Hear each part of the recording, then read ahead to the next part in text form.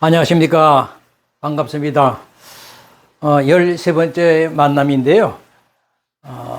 또 우리 가정신학교에 이렇게 찾아오셔서 우리 공부하시는 여러분들을 환영하고 예수 그리스도의 이름으로 정말 축복합니다. 대단히 감사합니다. 자, 오늘은 조금 제가 늦은 것 같아요. 좀 바쁜 일들이 있어서 좀 이렇게 늦었습니다. 오늘은 우리 인간론에 있어서 특별히 이제 타락이라고 하는 주제를 가지고 좀 공부를 좀 하려고 합니다. 참, 이 조직신학을 공부하면서요, 좀 어려운 부분들이 이제 신론이나 인간론 같은 부분인데, 오히려 신론보다 인간론이 더 좀 이렇게 난제가 있는 것 같아요. 좀 어렵습니다. 그리고 듣기가 좀 이렇게 거북한 그런 단어들도 우리가 주제로 삼아야 되는 그런 문제도 있고 해서, 타락이라는 단어도 뭐 좀 그럴 수가 있겠는데, 우리가 이제 앞으로도 이제 원죄의 문제라든가 또 우리가 죄에 오염되는 문제라든가 이런 것들을 우리가 공부를 또 해야 되는데, 이런 걸 공부하는 것은, 우리 인간의 정체성을 분명히 깨닫자는 거에 돼 있기 때문에, 그럴 때 자기의 정체성이 확실하게 이제 이렇게 깨닫게 되면은, 우리의 현 위치에서는 우리는 바로 예수님을 바라봐야 되겠구나. 예수님한테 가야 되겠구나 하는 그런 그 믿음이 이제 생기는 거거든요. 그래서 이런 공부가 굉장히 이제 중요하다고 이제 생각을 합니다. 여기 이제 그 타락이라고 할 때 이게 사실 뭐 듣기다, 막 거북한 그런 언어는 아닌 것 같아요. 왜냐하면 이 우리 기독교적인 이런 해석을 달면은 하나님을 향한 그 믿음을 버려버리고, 불신의 길을 택했다. 그런 상태다. 이런 걸 우리가 타락이라고 얘기하는 거니까요. 하여튼 우리가 타락이라는 이런 주제로 공부를 할 때, 하여튼 우리가 예수 그리스도의 복음을 우리가 전하든지 또는 받았을 때나 하여튼, 언제나 우리에게 던져지는 질문이 있게 되는데, 그것이 뭐냐면, 도대체 인간은 무엇이 문제일까라고 하는 질문입니다. 뭔가 문제가 있으니까 예수 그리스도의 복음이 전해지는 거 아니겠어요? 아무 문제가 없는데 예수 그리스도의 복음이 왜 필요하겠어요? 그래서 도대체 인간이 무엇이 잘못되었기에 우리가 예수님이 필요한가? 왜 우리가 구원의 얘기를 들어야 되는가? 이런 문제의 질문을 우리가 이제 좀 먼저 던져야 되지 않을까 싶어요. 그래서 늘 사랑과 관련된 이 죄에 대한 문제, 이 죄에 대한 교리는 정말 이건 아무도 피할 수 없는 우리에게 중요한 문제가 아닐 수가 없어요. 근데 오늘 제가 이제 이 타락이라는 주제를 가지고 강의를 할 때 하여튼 성경이 가르치는 이것을 가지고 제가 해설하는데 아주 집중하려고 합니다. 근데 그럼에도 불구하고 이 타락에 대한 우리 기독교적인 이런 해석이 아닌 또 다른 이론들이 이제 있기 때문에 잠시 그거는 잠깐 이렇게 언급을 좀 할 필요성은 있겠다 이제 싶고요. 어쨌든 그렇게 하고 싶은 것은 어쨌든 인간이 지금 현 상태에 대해서 사람들이 잘 그런 문제를 심각하게 생각해 보지도 않고 또 전혀 모른다라고 생각하는 점이 거의 대부분이기 때문에 그래요. 그러나 이제 분명한 것은 이 성경에 가르치는 것보다 다른 그런 이론들을 우리가 그걸 깊이 있게 공부하는 것보다는 하여튼 성경이 가르치는 그 가르침을 우리가 깊이 살펴보는 것, 이것이 우리에게 더 유익하다는 사실을 우리가 인지하고 이 공부를 이제 들어가도록 하겠습니다. 일단 이 사람의 상태에 대해서 설명하는 그 다른 이론들은 짧게 얘기할게요. 첫 번째는 이제 이원론이라는 게 있죠. 그것은 BC 7세기 이전으로 올라가는 고대 그리스 철학에서부터 이렇게 우리가 거슬러 올라간 그런 이제 이론이 되겠는데, 피타고라스 넘어서 탈레스, 플라톤 저 위의 시대까지 이렇게 올라가는 그런 이론인데요. 어쨌든 우리 인생에는 이 선의 원리가 있고 악의 원리, 두 원리가 그렇게 우리가 똑같이 이게 작용하고 있다. 그래서 선의 원리를 작용하는 신이 있고 악의 원리를 작용하는 이제 이런 신이 있어가지고, 그러니까 우리가 살아가는데 선과 악이라는 것은 그건 인생의 정수다.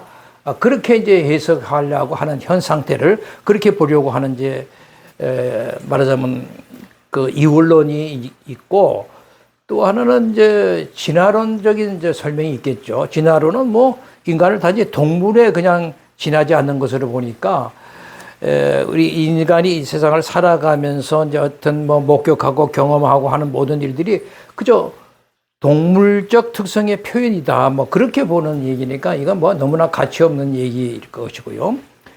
그 다음에 또 이런 이론도 있긴 있습니다.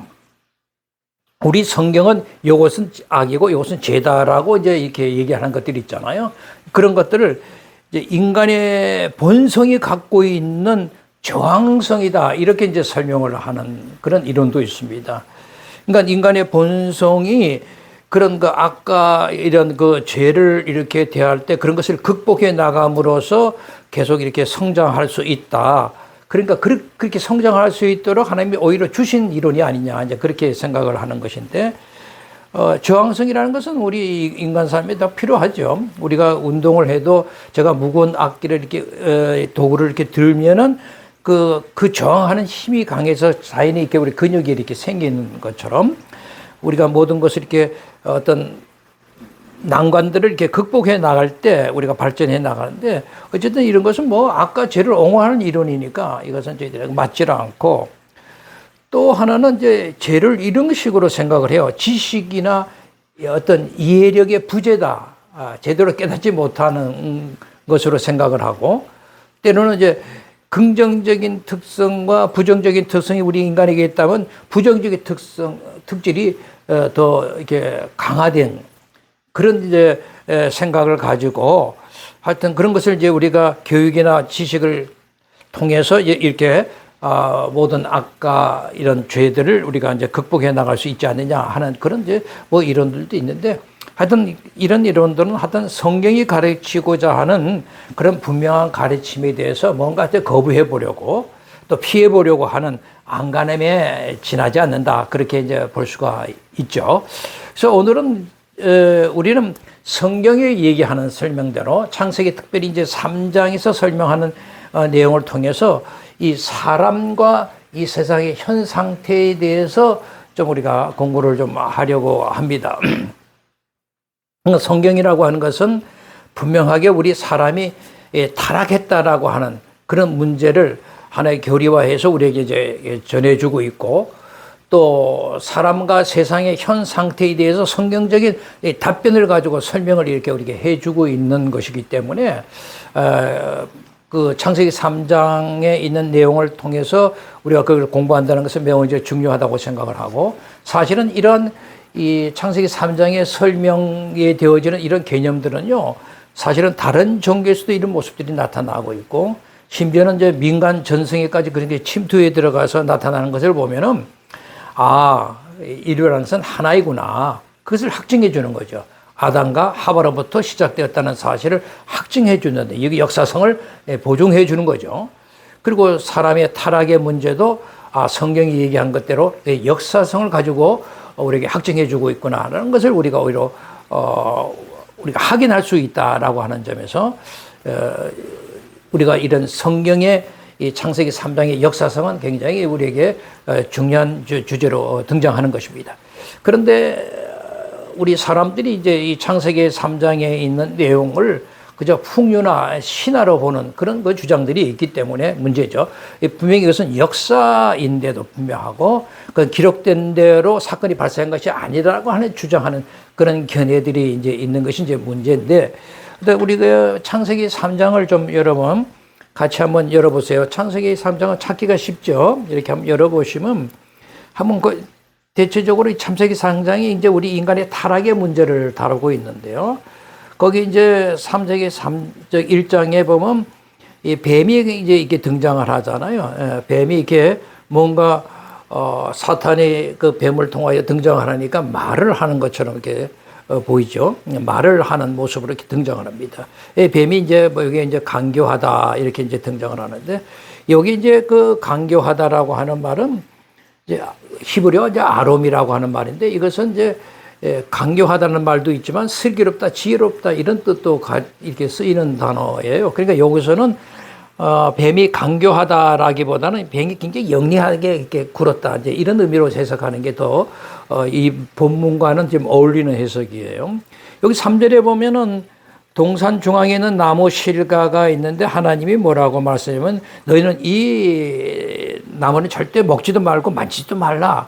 너희가 죽을까 하노라. 이렇게 이제 명령을 하는 거죠.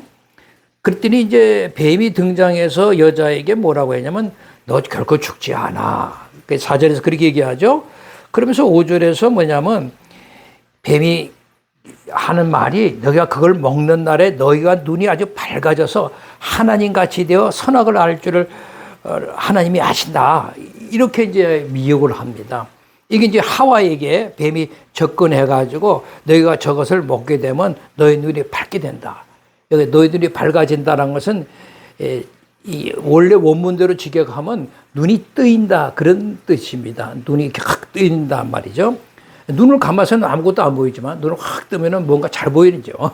그게 눈이 밝아져서 하나님 같이 된다라고 하는 것은 그가 하나님 같은 존재로 변화진다라고 하는 의미가 하나, 그 하나님 같은 그런 능력을 가지게 되고 그런 지위를 회복할 수 있다라고 이렇게 이제 속삭이고 미혹을 하는 이 장면이 나온단 말이죠.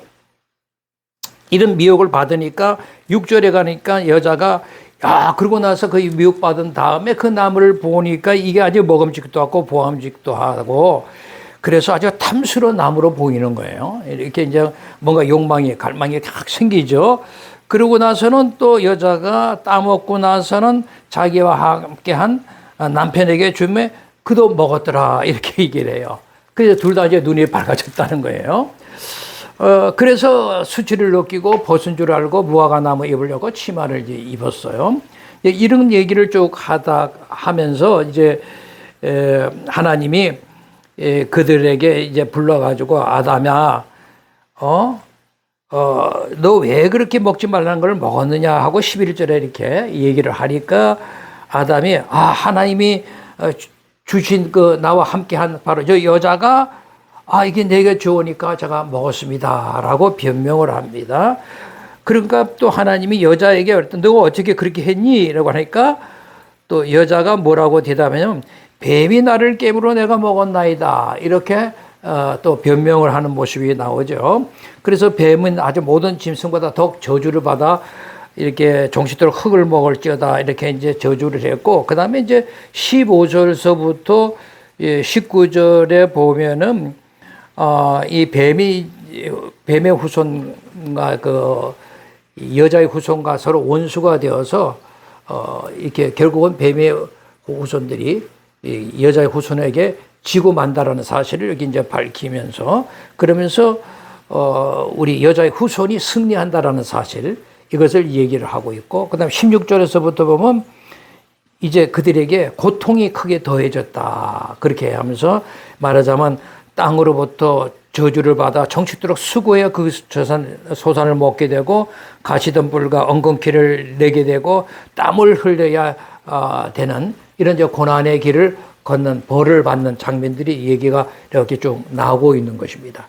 여기 이제 대체적으로 3장에서 얘기하고 있는 얘기인데 이런 얘기는 세상 사람들이 어떤 사람들이 주장처럼 어떤 풍요나 신화라고 봐서는 안 되죠. 그대로 역사입니다. 기록한 대로 발생된 역사이다. 그래서 그 사실 그대로를 우리에게 지금 제시해주고 있다라고 하는 것이고, 그래가지고 아까 제가 읽지는 않았습니다만 그 15절서부터 19절까지는 아담 하와가 이제 죄를 짓고 난 다음에 이제 벌을 받는 좀 이렇게 좋지 못한 고난의 길을 가는 그런 장면이 나오는데 하여튼 이런 모든 지금 읽은 내용들을 만약에 우리가 받아들이지 않고 믿음화되지 않는다면은 성경 자체를 우리가 버릴 수도 있는 거죠. 성경 자체의 상당 부분 우리가 잘라버려야 되는 그런 일이 일어나는 것입니다. 이 부분은 왜 중요하면은 사람에 대한 이 문제, 사람에 대한 성경의 가르침은 바로 이 창세기 3장의 이 기록이 사실이다라는 것을 근거로 가지고서 우리가 사람에 대한 가르침을 가르치고 있단 말이죠. 그러니까 얼마나 중요한지 모릅니다.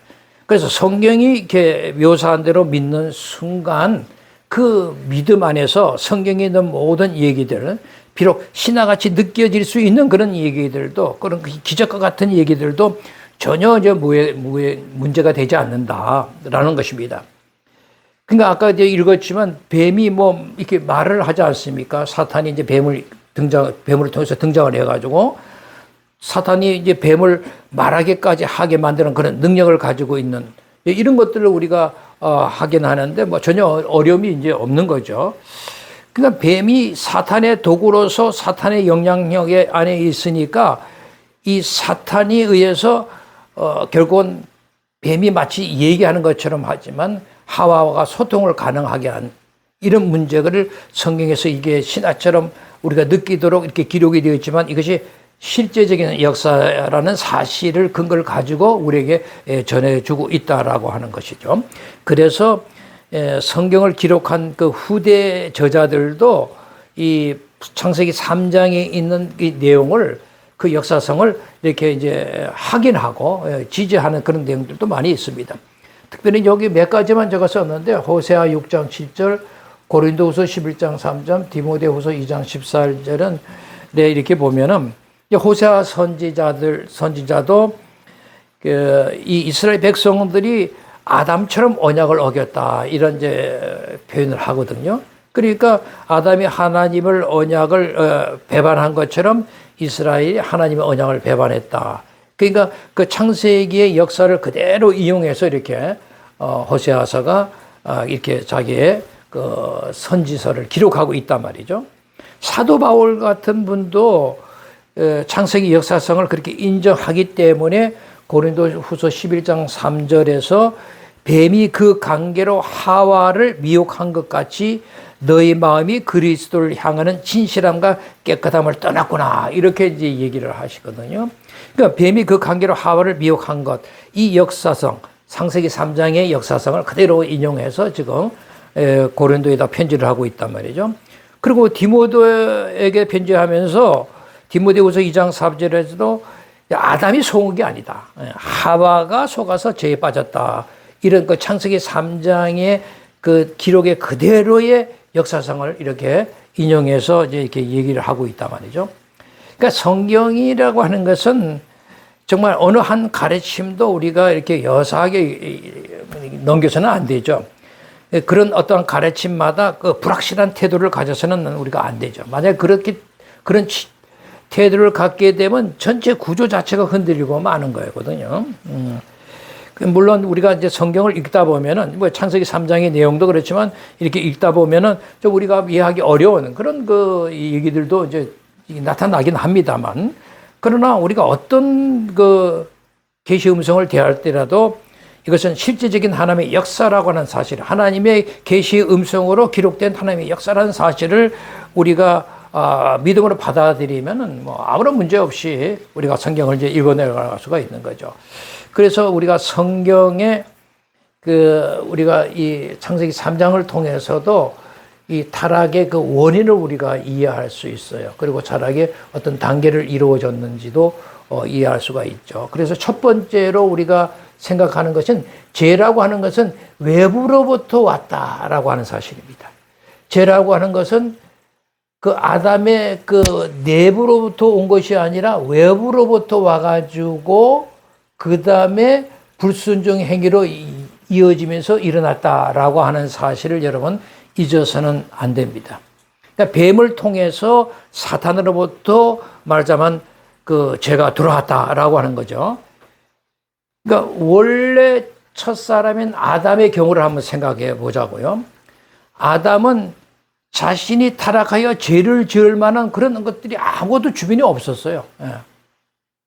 아무것도 없는 그런 상황에서 그 선악과 시험을 받게 되었는데 그 시험의 패배의 원인은 결국은 어디서 왔다 하냐면 전적으로 외부로부터 왔다라고 하는 사실입니다.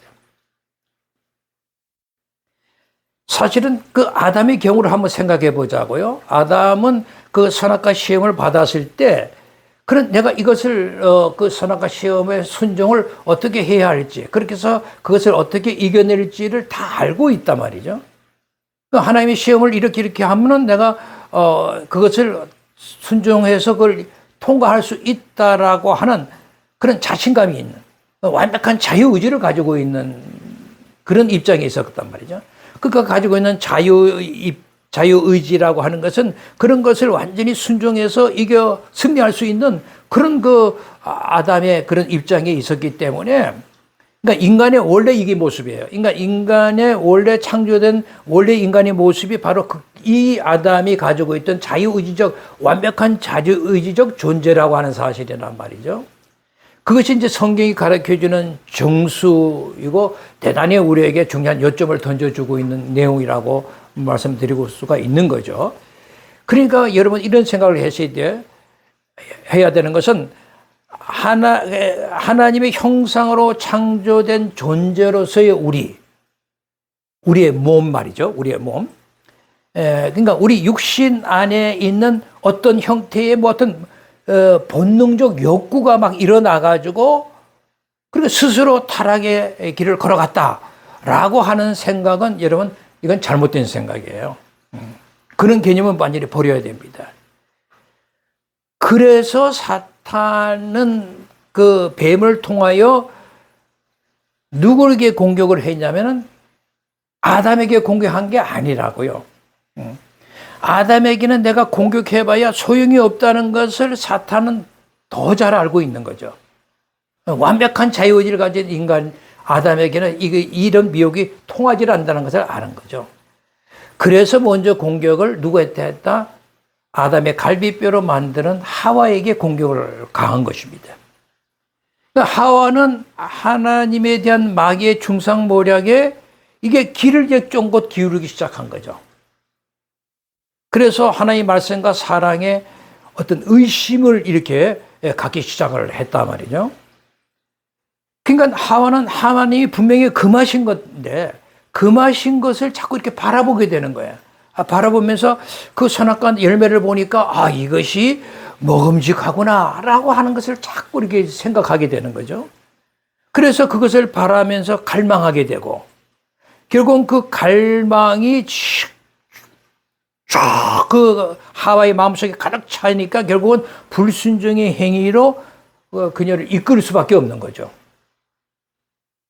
그래서 하와는 의도적으로 하나님의 명령을 어기게 되는 것입니다.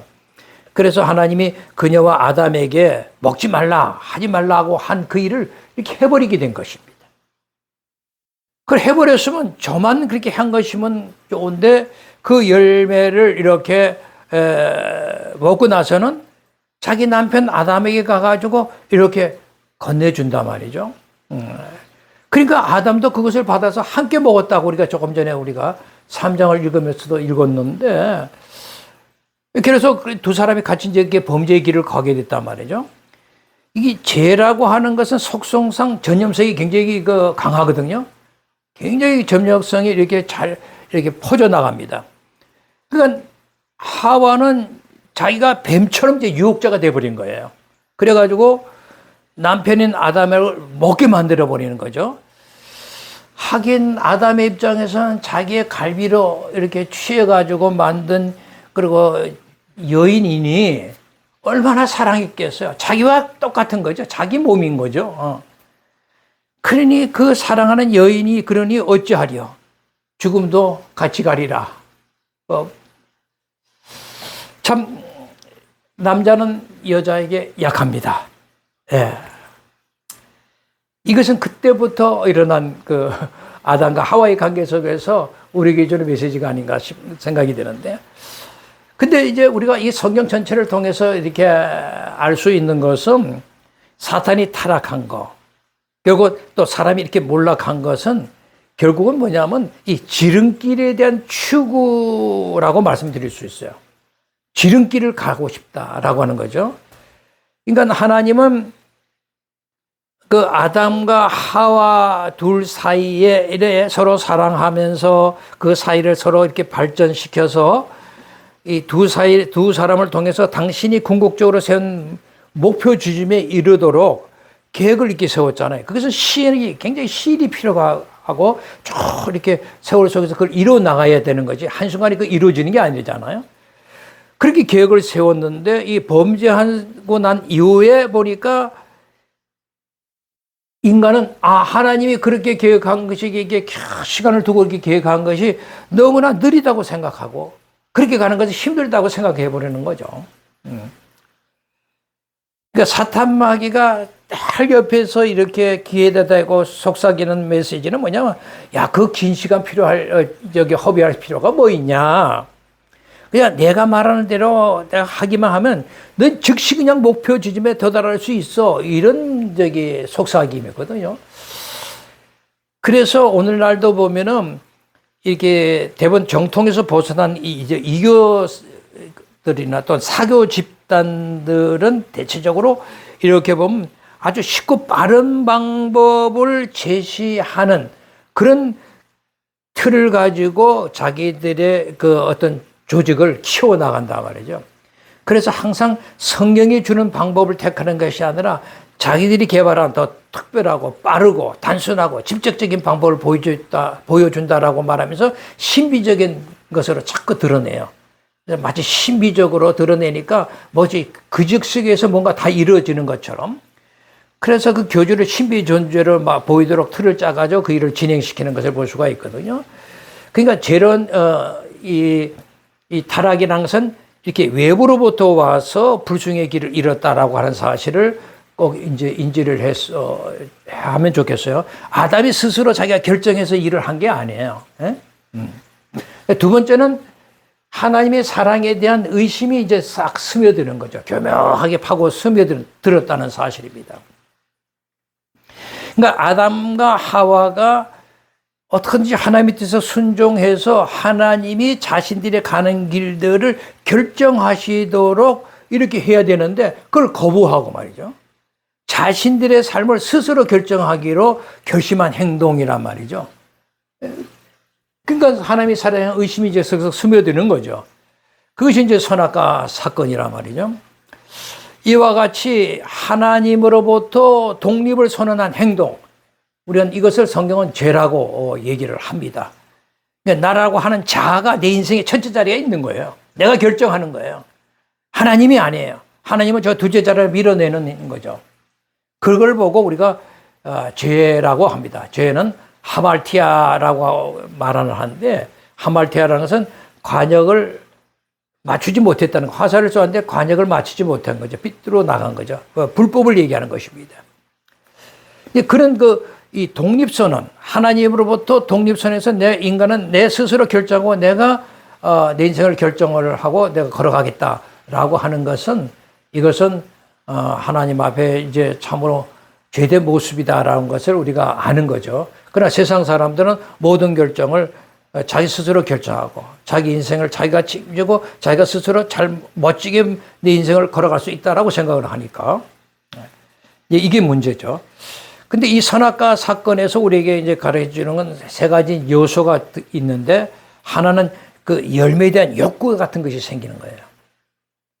그 다음에 이제 기 속으로 이렇게 속삭여가지고 그 욕구를 계속 불타오게 만들어. 그래서 하나님에 대해서 자꾸 의심을 만드는 거죠.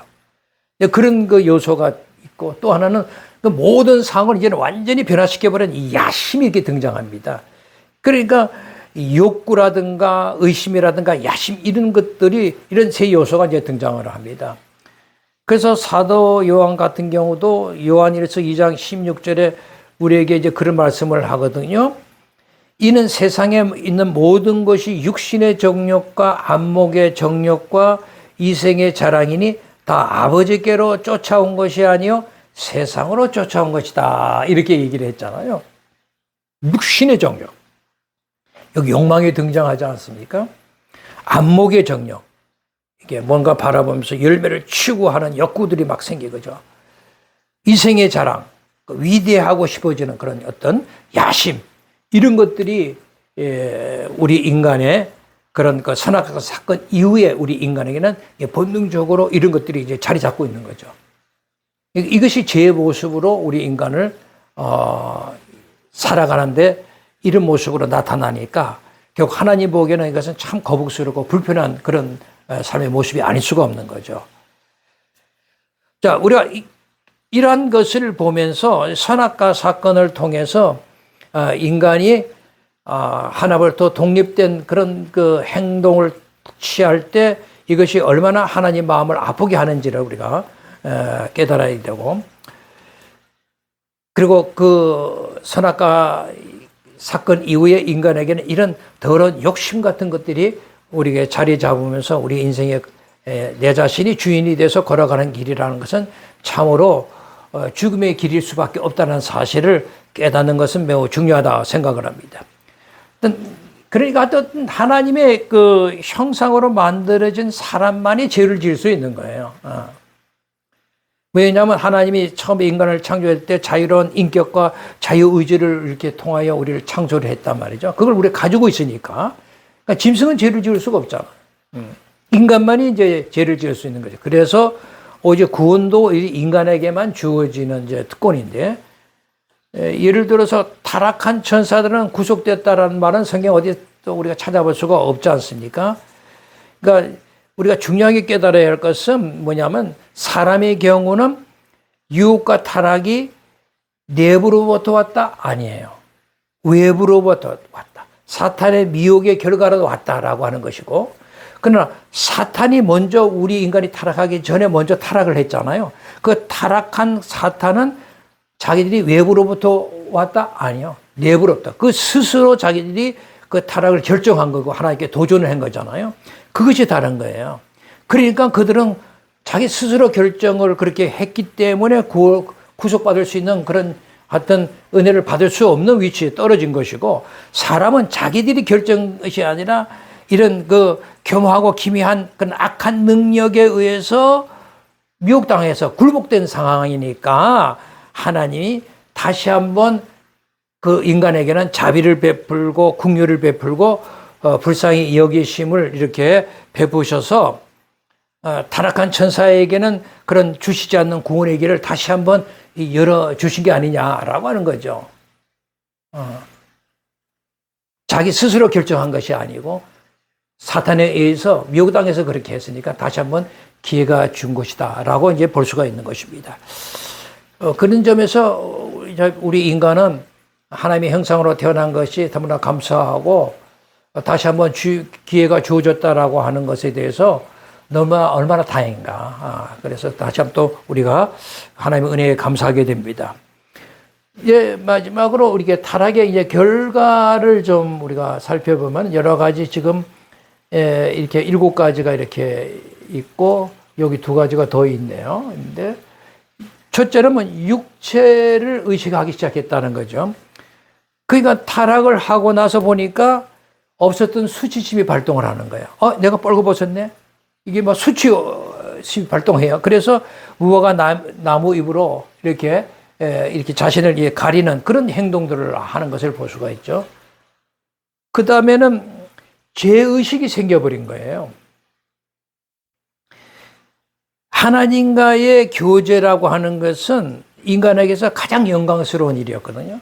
근데 그 하나님의 교제와 이런 것이 끊어져 버리니까, 그 교제를 잃어버리게 되니까 스스로 자기들이 저지른 잘못이나 죄에 대해서 이렇게 느끼게 되는 거예요. 깨닫게 되는 거예요. 그래서 인간에게 죄의식이라는 것이 그냥 생겨버리네. 이런 것이 이제 타락의 결과로 있는 것이고, 그 다음에 세 번째는 뭡니까? 영적인 죽음이 왔다라고 하는 것입니다. 그러니까 인간은 죄를 범함으로써 에덴 동산에 어떻게 됐어요? 바깥으로 쫓겨버렸잖아요. 바깥으로 내쫓겼으니까 에덴 동산 안에 있을 때는 하나님과 교제를 가능하고 대화가 가능했는데, 이제 바깥으로 쫓겨났으니까 어떻게 됐어요? 하나님의 교제가 딱 끊어진 거죠. 그리고 다시 자신의 의지대로 돌아오는 것까지도 우리 금지를 시켜버렸어요. 그런 상황이다 보니까 쫓겨나간 그 상황이 뭐냐면 육은 살아있어요. 육은 살아서 행동하고 모든 것을 하지만은 하나님과의 관계는 끊어진 영의 상태는 아직 죽어있는 상태가 되어버렸다라고 하는 거죠. 그래서 영적인 죽음이 온 겁니다. 영적인 죽음이 왔다라고 하는 결과를 가지고 왔습니다. 그 다음에 이제 네 번째로는 자연과의 새로운 관계로 돌입하게 됩니다. 이전 처음 에덴 동산에서와는 전혀 다른 이제 분위기가 연출돼요. 이제 막 수고하고 땀을 흘려야 되는 거예요. 그러니까 자연에서도 여러 어려움들과 장애물들이 이렇게 막 이렇게 생겨나게 되고, 그리고 이제 자연을 이렇게 스스로 경작해야 되고, 막 가시와 엉겅퀴 같은 것을 이렇게 처리해 나가야 되고, 그 외에 다른 모든 문제들을 이렇게 극복해 나가야 되는 그런 그 자연과의 새로운 관계에 이제 들어가게 됐다라고 하는 것입니다. 그런 것이 이렇게 들어가게 됐고, 다섯 번째는 도덕적 성품의 왜곡이 시작이 된 거죠. 그러니까 아담과 하와가 결국은 그 타락함으로써 뭐냐면 그의 도덕적 성품이 잘못되기 시작을 한 거죠. 그래서 그 첫 아들 그 가인의 모습을 보면, 그 가인의 성품을 보면은 아담과 하와로부터 물려받은 그 왜곡된 그런 그 도덕적 성품이 드러나잖아요. 아주 못되게 구는 그런 모습들이. 그러니까 도덕적 성품이 왜곡되었다라는 사실을 우리가 그 타락의 결과로 알게 되는 것입니다. 그 다음에 여섯 번째는 결국은 육체의 죽음이 왔다라고 하는 것입니다. 이 타락의 결과는 결국은 사람이 죽지 않을 수 없다는 거죠. 죽지 않는 것이 불가능하다는 것입니다. 그래서 성경은 아담이 그가 취함을 받은 그 흙으로 다시 더 돌아가야 돼. 흙으로 돌아갈지니라 그랬잖아요. 그러니까 결국은 이 죽음, 사망이라는 것은 죄에 의해서, 죄의 결과로 그렇게 들어왔다라고 하는 것을 우리가 이제 알 수가 있습니다. 그리고 이 타락한 이후에 육체적인 영향은 좀 시간이 흐른 다음에 나타나는 것을 볼 수가 있어요. 그러니까 아담과 하와도 이렇게 타락한 이후에 즉시 자기들이 가지고 있는 뭐 지적인 그런 그 의지적 정적인 능력이 즉시 상실이 된 건 아니거든요. 제 결과는 그런 정신 육체적인 것은 이렇게 늦게 이렇게 나타나는 모습을 볼 수가 있습니다. 그런데 이제 몇 가지 법적인 결과들은 아주 즉시 일어나는 것을 볼 수가 있어요. 그것이 뭐냐면 이 법적 결과는 즉시 일어났다라고 그랬잖아요. 정죄라고 하는 것입니다. 정죄 아래 놓이면서 벌을 받게 됐다라고 하는 것은 이건 법적인 문제인데요.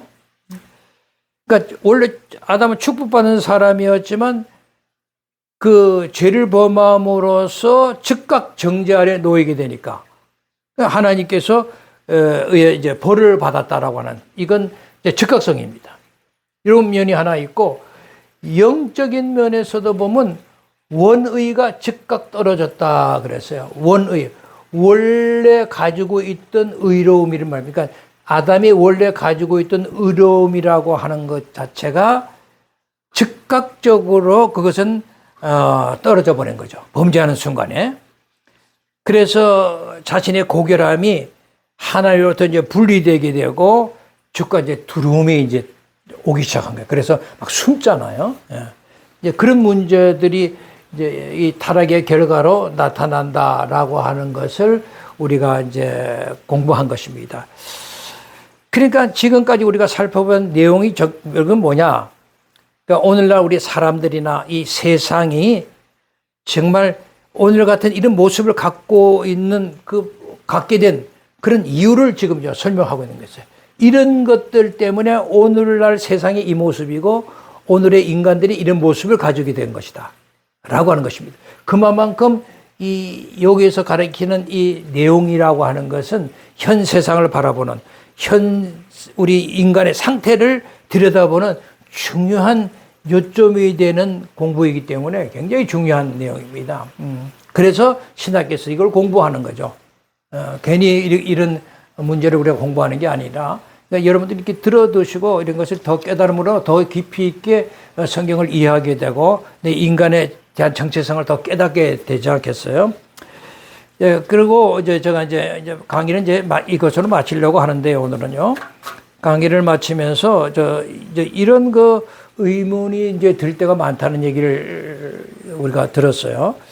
무슨 의문이냐면 하나님의 심판은 어떤 심판을 의미하는가라는 그 말하자면 질문이고, 그리고 그리스도의 눈으로 볼 때 과연 그 하나님의 심판은 공평한 것인가라고 하는 이제 질문이 이렇게 던져질 때가 많은데, 이에 대한 말하자면 답변으로서 미국의 역사학자인 그 찰스 비어드의 그 역사관으로서 우리가 바라본 답변을 가지고 함께 이것을 이렇게 나누면서 오늘 강의를 마치려고 합니다. 그분의 얘기를 이렇게 좀 읽어드리죠. 역사라고 하는 것은 하나님의 섭리이고 그분의 창조 영역에 속한다. 그러니까 하나님께서 심판과 구원을 함께 이루신다는 거죠. 그래서 악인을 심판하면서도 동시에 선한 사람들 동시에 구원하신다. 이런 과정을 하나의 사건 속에서 다루시기 때문에 그 속에는 하나님의 진노가 있고 사랑이 있고 또 하나님의 은혜가 있고 구원이 공존한다. 그러나 하나님은 악인을 벌할 때 벼락치듯 단칼에 망하게 하지 않으신다. 오히려 악한 인간이 오히려 성공하게 두고 그래서 교만하게 만든 뒤에 오히려 망하게 하신다. 때로는 악인을 심판하실 때 더 악한 사람을 사용해서 그렇게 그들을 심판하신다. 이것은 이제 그 범죄한 이스라엘을 그 바벨론 느부갓네살의 더 악한 사람을 이용해서 심판한 그런 내용을 가지고 이 얘기를 쓴 것 같아요. 이게 성경이 잘 나타나고 있다라고 얘기를 하고 있고. 그러나 악인을 심판하는 과정에서 우리가 간과하지 말아야 할 게 있다는 거예요. 그게 뭐냐면 그것은 하나님의 신비로운 경륜일 수밖에 없다는 거예요. 그러니까 꽃과 벌을 보라는 거예요. 그 벌이 꽃에 가가지고 꿀을 이렇게 빼사는 것처럼 보이지만 결국은 그 수술을 옮겨 놓는다는 거죠. 그러니까 서로 조화를 이룬다는 거죠. 그래서 하나님은 선과 악을 통해서 기가 막힌 조화를 이루게 하시는 분이 하나님이시다. 그러니까 아무리 어렵고 힘든 시대라 할지라도 그 속에 하나님이 분명히 비밀이 있다. 그러니까 심판과 구원이 함께 있으니까 걱정하지 말라는 거죠. 그 가운데 하나님이 이루시는 역사가 조용하게 이루어져 가고 있는 것을 믿으라는 거죠. 그러니까 그리스도인들은 이런 여러 가지 어려운 그 암울한 현상을 맞이할수록 그런 신적인 통찰력을 품고 살아야 된다라고 하는 것을 얘기를 했어요. 굉장히 우리에게 도움이 되는 그런 얘기들입니다. 그래서 우리는 분명히 하나님은 선을 위해서 악을 사용하신다는 걸 잊어서는 안 됩니다. 그 십자가 사건이 그렇잖아요. 악한 자들을 사용해서 당신 십자가 길을 걸어가시잖아요. 원래 당신이 스스로 그 길을 가기 위해서 오셨는데도 불구하고 당신이 잃을 번세, 모든 것을 얻을 권세를 다 가지고 당신이 스스로 가는 길인데도 불구하고 그 악인들을 사용해서 십자가의 길을 걸어가시잖아요. 그렇게 악을 그렇게 선을 위해서 사용하시는 하나님이시고, 그러니까 선과 악이 지금 이 땅에서 존재하는 것을 잘 이렇게 보면서 그 악한 속에서 선의 아름다움을 자꾸 창조해내는 우리 그리스도인이 돼야 되겠죠. 그런 것들을 잘 깨닫고 어렵더라도 선을 창조를 위해서 우리가 함께 달려가면 좋겠다 하는 생각을 갖습니다. 오늘 강의는 이것으로 마치고 다음의 강의는 원죄라고 하는 문제를 좀 다루고 싶어요. 좀 듣기 또 거북합니까? 그러나 중요한 문제입니다. 다음 시간에 만나 뵙기로 하고 오늘 마치겠습니다. 안녕히 계십시오.